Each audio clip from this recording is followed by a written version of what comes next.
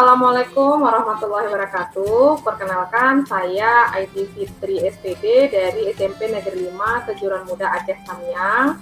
Hari ini saya bertindak sebagai coach yang akan menangani kasus dari coach saya, yaitu Assalamualaikum, perkenalkan nama saya Khairunisa SPDI. Saya berasal dari SD Negeri Langsalama. Kami berdua calon guru penggerak angkatan 8.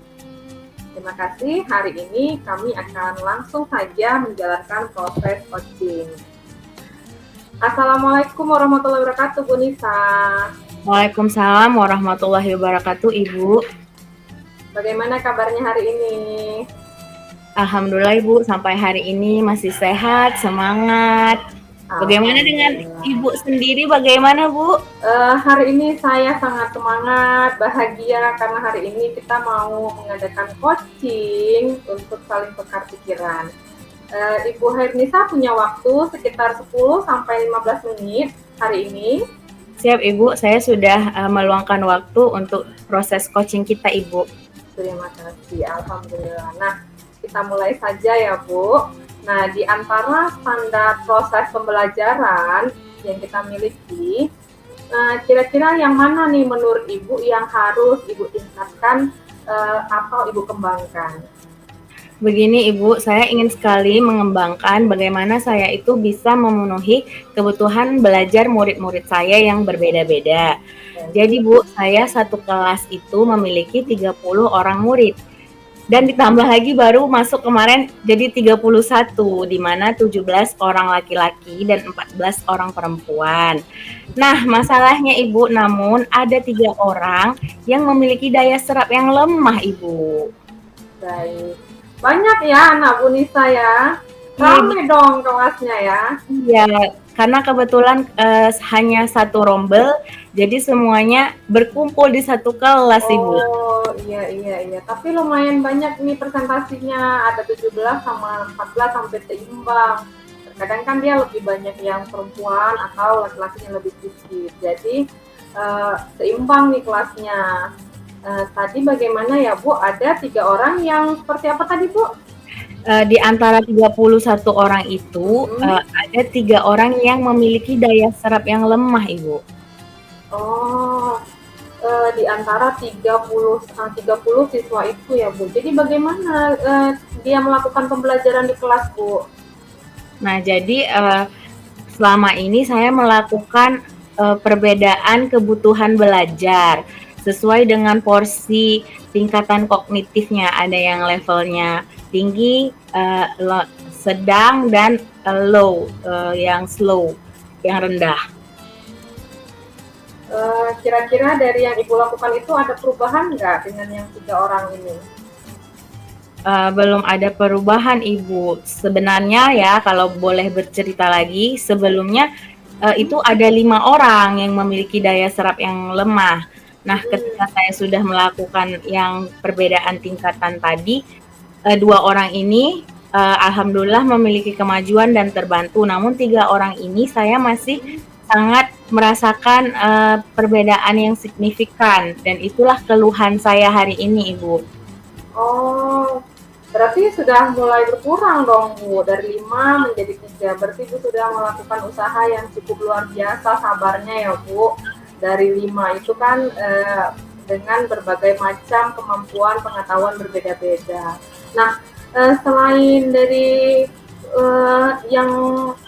dari yang 3 itu tadi, usahanya itu yang seperti apa nih? Pembelajaran yang seperti apa? Model yang seperti apa yang udah Ibu lakukan? Pertama, Ibu, saya merancang pembelajaran yang menyenangkan, tentunya seperti alfabet-alfabet dengan yang bergambar. Saya ambil alat peraga di perpustakaan, ada tempelan-tempelan yang full color. Nah, tapi yang 3 ini tidak ada perubahan apa-apa, Ibu, masih sama aja. Indikatornya untuk hal itu, indikatornya kira-kira apa ya, Bu? Baik, Bu, jadi indikatornya adalah semua murid itu bisa memahami konsep yang saya ajarkan agar lebih mudah. Jadi mereka bisa menikmati proses belajar mereka karena sesuai dengan kecepatan belajar mereka masing-masing yang berbeda-beda itu tadi, Bu. Ya, baik-baik. Jadi, karena ada yang 3 orang itu tadi, sepertinya ada sesuatu di kelas Ibu yang istimewa ya, Bu. Nah, selain di pembelajaran di kelas, kira-kira hal apa lagi yang Ibu lakukan untuk, memberikan, pembelajaran yang baik nih untuk yang 3 itu tadi? Saya berusaha menjalin komunikasi dengan orang tua mereka yang 3 anak ini tadi. Dan saya ingin mencoba berkolaborasi lebih lanjut, Ibu, tapi mungkin mereka pun orang tuanya memiliki waktu yang terbatas, jadi mereka menyerahkannya kepada saya, Ibu. Belum ada titik ketemunya sampai sekarang. Hmm. Jadi dari usaha yang udah Ibu lakukan, dari mulai pembelajaran, komunikasi dengan orang tua, kira-kira dari skala 1 sampai dengan 10, kira-kira usaha yang sudah Ibu lakukan itu untuk memenuhi kebutuhan belajar itu kira-kira sampai berapa skalanya?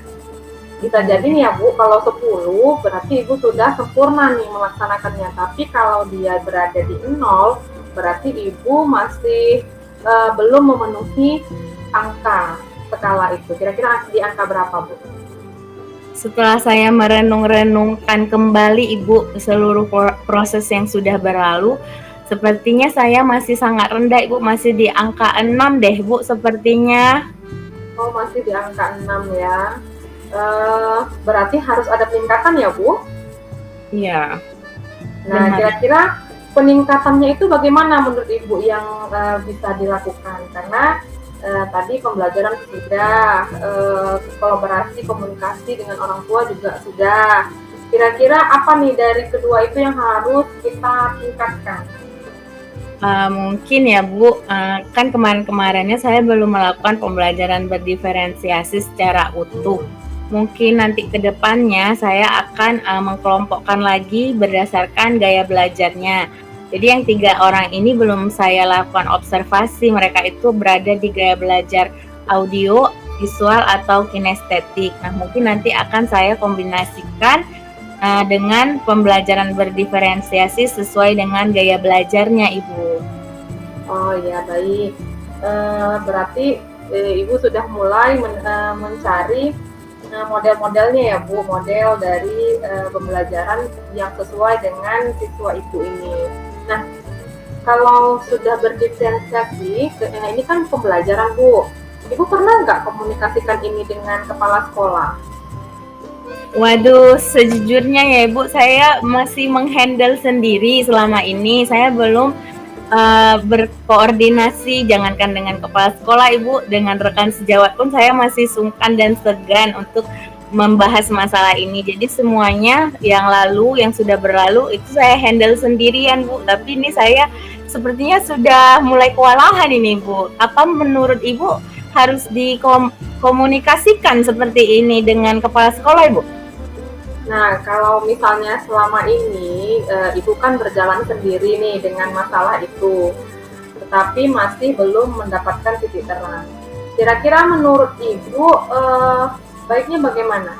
Apakah diberikan ada ruang diskusi dengan kepala sekolah, dengan kawan-kawan sejawat? Kira-kira bagaimana, Bu? Oh iya ya, benar juga ya Bu. Sepertinya saya harus mengkomunikasikan ini dengan guru lain juga, dengan kepala sekolah juga. Mungkin nanti dengan adanya turun tangan kepala sekolah, si 3 anak ini merasa lebih merasa lebih wah ini sudah serius nih, sudah ibu kepala sekolah sudah turun tangan. Mungkin ada rasa ketakutan, khawatir sendiri ya mungkin wali muridnya ya Bu ya. Jadi sepertinya kalau sudah dilakukan hal-hal yang Ibu lakukan itu tadi, kira-kira dari skala 6 itu Ibu berharapnya ke skala berapa? Mungkin saya akan meningkatkannya nggak muluk-muluk ya Bu. Mungkin saya naik ke level 8 dulu mungkin sepertinya Bu. Alhamdulillah kalau begitu. Berarti kan ada rencana yang dilakukan untuk mencapai tahap itu ya Bu. Nah, kira-kira kalau misalnya sudah tercapai ke angka 8 itu apa yang Ibu harapkan dari anak didik Ibu?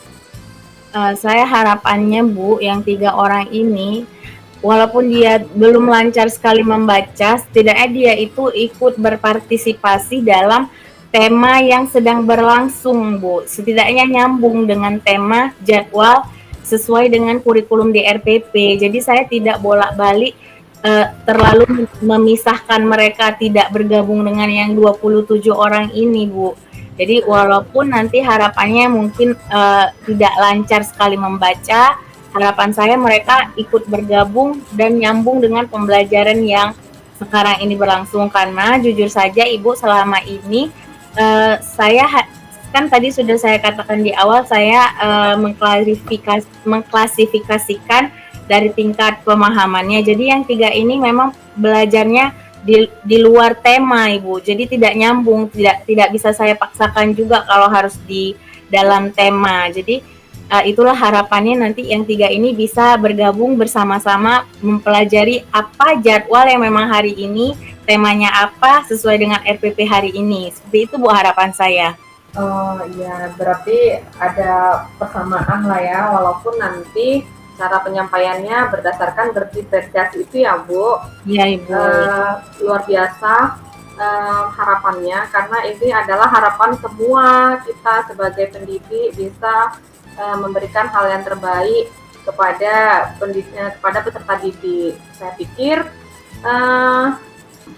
itu menjadi sebuah acuan yang terbaik. Mudah-mudahan rencana yang Ibu lakukan ke depannya bisa terlaksana dengan baik, kemudian harapannya juga bisa tercapai dengan baik, sehingga Ibu tidak menemukan kesulitan-kesulitan dalam mengajar.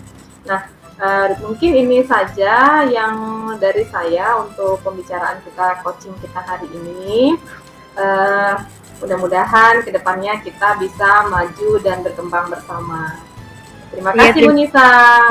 Saya yang berterima kasih karena jujur hati saya terasa lega, sedikit beban ini terangkat, Ibu. Walaupun Ibu tadi saya perhatikan cuma bertanya-bertanya, ternyata Ibu mengiring saya berpikir untuk menemukan dan mengambil keputusan sendiri atas keluh kesah saya. Terima kasih, Ibu, saya sudah mengambil keputusan dan saya akan melakukan keputusan ini untuk menjadi solusi di masa yang akan datang. Terima kasih banyak ya, Bu Aidi. Ya, sama-sama Bu Nisa. Demikianlah acara kami hari ini, coaching kami hari ini. Saya sebagai coach Aidi Fitri dan rekan saya sebagai coach yaitu saya Khairun Nisa. Demikian coaching kami hari ini. Assalamualaikum warahmatullahi wabarakatuh. Assalamualaikum.